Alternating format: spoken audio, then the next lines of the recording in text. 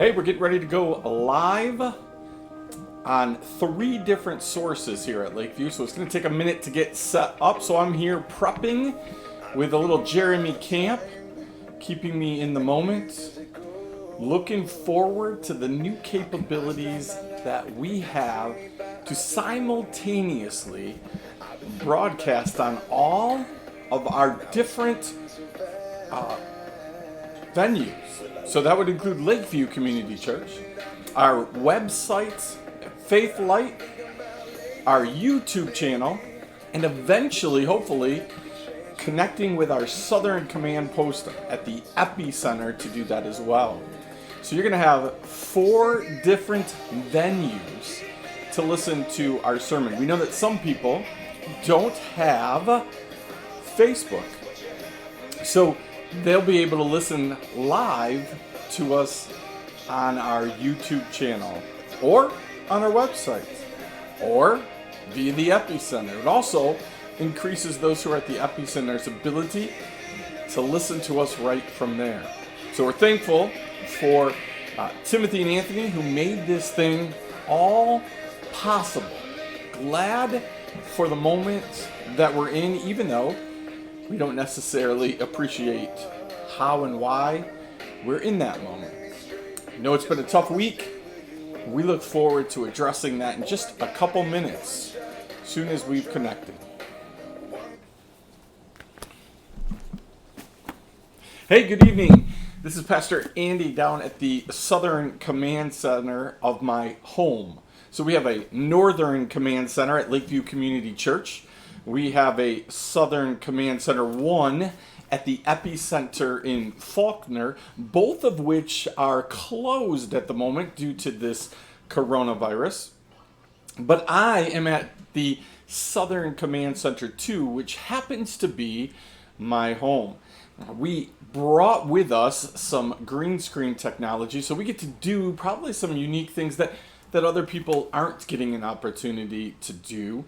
And we're thankful for that. We're testing out this live segment and hoping that it will go on all of our different platforms, so that will give you more opportunity to catch us. I want to take this opportunity to give you just a little bit of insight into what we're going to do tomorrow morning. Tomorrow morning, we're going to go live at 10 o'clock. It looks like once again this week, we're going to have to play our worship music ahead of time. So you're going to want to catch us at probably 9:30, 9:40.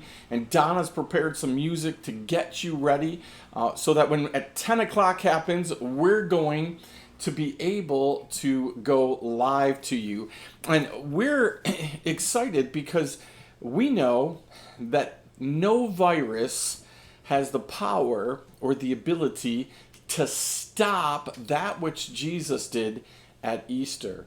We're getting ready for the Easter season, and we want to take this coming up Sunday to prep for that. The following Sunday is Palm Sunday, and then we are going to celebrate Easter, hopefully together, but if it can't be together, we're going to celebrate it well anyway. But I want to give you just a little bit of an insight into what you can expect tomorrow. Not only is Donna going to play some worship, and we're going to have another children's moment through Ruth, but I'm going to go to the book of Mark, and I'm going to go to a story that hopefully is very familiar with you, but it's blind Bartimaeus receives his sight. So on the way to Jerusalem, on the way to the triumphal entry, on the way to Palm Sunday, Jesus has this encounter with a blind man.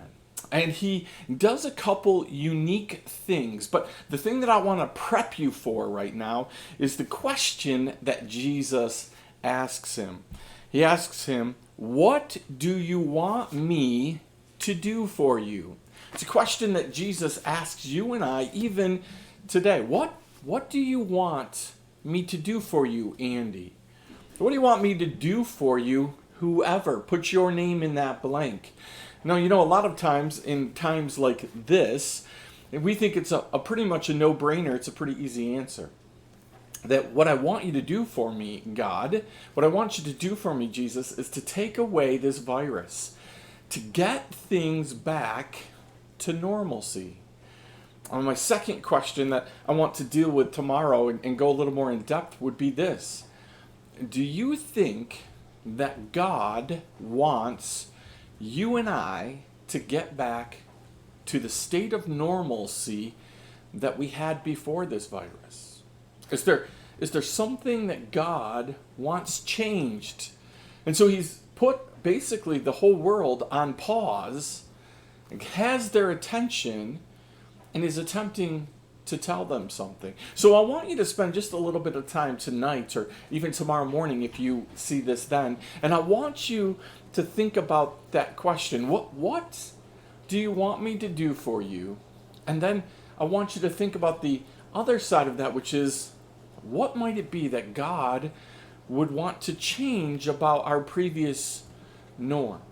As a church collectively, as a individual church, as families, and as individuals. You know, it's easy during these times for us to think that this is just a punishment or a discipline for all the bad things that are going on in the world. But God says that He will discipline His people. That there are times where He will send pestilence as a way to discipline and get the attention of His people. So tomorrow we're going to talk about blind Bartimaeus. We're going to answer the question that he was asked. And then we're going to look at what is it that God might want to change about our normalcy. You see, on the way to Easter, Jesus was about changing the norm. The disciples didn't know that. But Jesus knew the path He was taking and what was going to happen on the other side of the cross. He knew that the norm was going to change. What did the disciples know? He knows that the norm is changing today around you and I. What do we know? What do we think about that? So listen, I'm super excited to be coming live from our Southern Command Center 2 tomorrow morning for you. We're excited about the message that God has given us, excited about the worship that God has laid upon Donna's heart. We're thankful for an opportunity to be coming live. We have some things that we want to share collectively, but it'll just be good to be together as a family. So join us tomorrow at 10 o'clock. Don't forget to invite your friends, invite your family members who may not have somewhere else to tune into, or just tune them into us so that they could watch it maybe after or at a different time. We will see you tomorrow morning.